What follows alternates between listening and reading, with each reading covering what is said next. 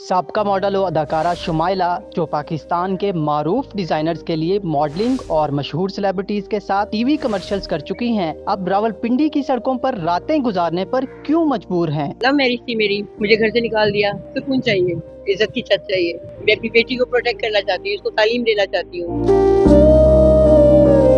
13 साल showbiz industry में काम करने वाली 28 साल शुमाइला आज रावलपिंडी की एक सड़क पर रात गुजारने पर मजबूर हैं।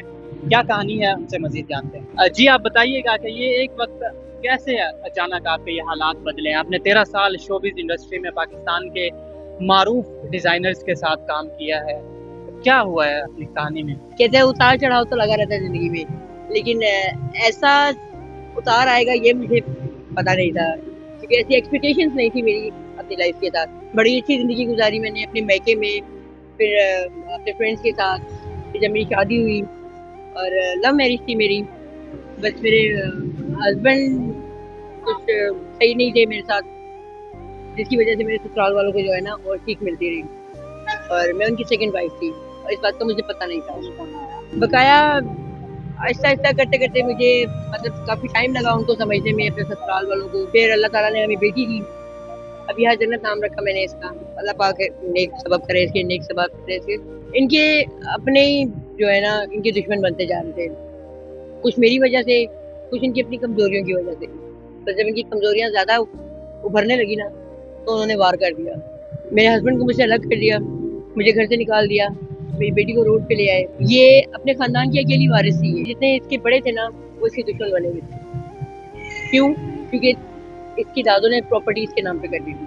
अब भी लोग ढूंढ रहे हैं इसे। मैं इसको लेके यहाँ क्यों बैठी हुई हूँ कि प्रोटेक्शन, लेकिन प्रोटेक्शन इंसान कहीं पे भी नहीं मिल सकती उसको, सिवाय कब्र के। अब मुझे बताएं, मेरे साथ बच्ची है, मैं कहाँ जाऊँ इसको लेके? ये लोग कहीं पे भी नहीं रहने देते। दारुमान में गई थी मैं, 28 दिन रह के आई हूँ दारुमान में। क्या करूँ मैं, मुझे बताए। बंदा ना गवर्नमेंट से प्रोटेक्शन मांग सकता है, ना प्राइवेट प्रोटेक्शन मांग सकता है। अगर खुद प्रोटेक्ट करे बंदा अपने आप को, तो वो भी इनको तकलीफ होती है। आपने बताया कि आपने मॉडलिंग भी की है, आपने कमर्शियल्स में भी काम किया है, तो वो काम आपका कैसे छूटा? वो बस आपको बताया ना कि मेरी शादी बस लव मैरिज हुई थी। बस इसके पापा को बस मैं कहीं पे पसंद आ गई थी, बस उन्होंने पीछा करना स्टार्ट कर दिया। बस वो इरिटेट करते थे, बस करते करते जनाब उनकी वजह से जो है ना तंग आके मैंने अपने आप को क्लोज कर दिया। सामने आने की छोड़ दिया था, लेकिन फिर भी उन्होंने ढूंढ लिया था मुझे। कहते ना जोड़ियां आसमानों पे बनती है, शायद यही वजह थी।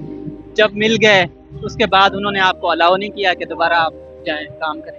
नहीं, एक्चुअली उनका अपना बिजनेस था, फिर साइड वर्क भी करते थे और मेरा खुद भी बेसिकली सच्ची बताऊं तो दिल नहीं मानता था, क्योंकि शादी के बाद जो है ना एक औरत अगर अपना टाइम घर पे स्पेंड करे ना, अपने हस्बैंड के साथ, अपने फैमिली के साथ, ससुराल वालों के साथ, बच्चों के साथ, तो वो ही उस औरत के लिए जो है ना सब कुछ होता है। जब आप काम करती थी आपका बैंक बैलेंस कितना होता था? आपकी रिहाइश किस तरह की होती थी?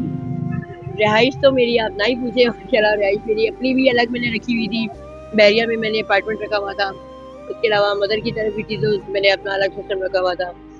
और इनकम आप माशाल्लाह खुद मीडिया से है, और आपको पता ही है कि एक रैम का जो है ना क्या मिलता होगा। और शो ओपनर होती थी मैं कभी, और कभी मतलब रैम में आके काम करती थी, कभी शो ओपनर में आके काम करना। और फिर सबसे ज्यादा मैंने शूट किए ही ब्राइड किए, तो उस वजह से जो है ना पेमेंट उस लिहाज से मिलती है। किस किस के साथ काम किया है आपने? मैंने ताशा के साथ काम किया है, रेशम के साथ किया है, सिंगल मैंने किए हैं कमर्शियल। और जो फर्स्ट कमर्शियल था वो मेरा मिकाल के साथ था, और इसके साथ आयशा उमर के साथ था। वो वाले दिन याद आते हैं, मिस करती हैं? बिल्कुल याद आते हैं। मैं कभी कभी बैठी हुई होती हूँ ना, तो मेरी बेटी मुझे कहती है, मामा मुझे अपनी थोड़ी सी कहानी सुनाए ना। ये बताएं कि अभी आप आपकी बेटी अगर उस फील्ड में दोबारा जाना चाहें? मैं एक्चुअली ये नहीं कि गलत है या मैं किसी और सेंस पे कह रही हूँ, बस मैं खुद ही नहीं चाहती ये इन सब चीजों से, इन सब बातों से अलग ही रहे तो ज्यादा बेहतर है। जिस तरह की आप जिंदगी गुजार रही हैं, इसमें क्या मुश्किलात आपको आ रही हैं? इसमें आसानियाँ क्या है मुझे पहले ये बताएं। मेरी आंख बंद होती है ये सोच के कि भी चलो मैं सुबह जो सूरज होगा वो किरण उसकी पहली कहीं नई खुशियाँ लेके आएगी मेरे लिए, कोई नई उम्मीदें। लेकिन वो जैसे ही आंख खुलती है, मेरी आंख खुलती शोर शराबे से। इतनी बार शॉटिंग हो रही होती है, कोई मतलब आपस में लड़ रहे होते हैं, कोई सफाई वाला शो डाल रहा होता है, कोई क्या कर रहा होता है। अच्छा, इस वक्त कोई ख्वाहिश हो? सुकून चाहिए, मिल सकता है। फिलहाल तो यही ख्वाहिश है, इज्जत की छत चाहिए, कोई दे सकता है, कोई नहीं। मैं अपनी बेटी को प्रोटेक्ट करना चाहती हूँ, इसको तालीम देना चाहती हूँ, दीन और दुनिया दोनों की, इसको बताना चाहती हूँ। और मैं पढ़ना चाहती हूँ। अभी क्या मुतालबा करेंगे? कोई हुक्मरान अगर आप ये वीडियो देख ले? मैं क्या मुताबला कर सकती हूँ उनसे, आप देख लें बस। मेरी तो बस जो डिमांड जो आपको मैंने बता दी है। आपने कहा कि कोई ख्वाहिश तो मेरी क्या है, ख्वाहिश यही है कि बस मेरी बेटी को प्रोटेक्शन चाहिए, उसको तालीम चाहिए, मुझे एक घर चाहिए, कोई अच्छी जॉब कहीं पे दे सकते हैं तो कि जॉब दे दें, यही कह सकती हूँ और मैं कुछ भी नहीं कह सकती।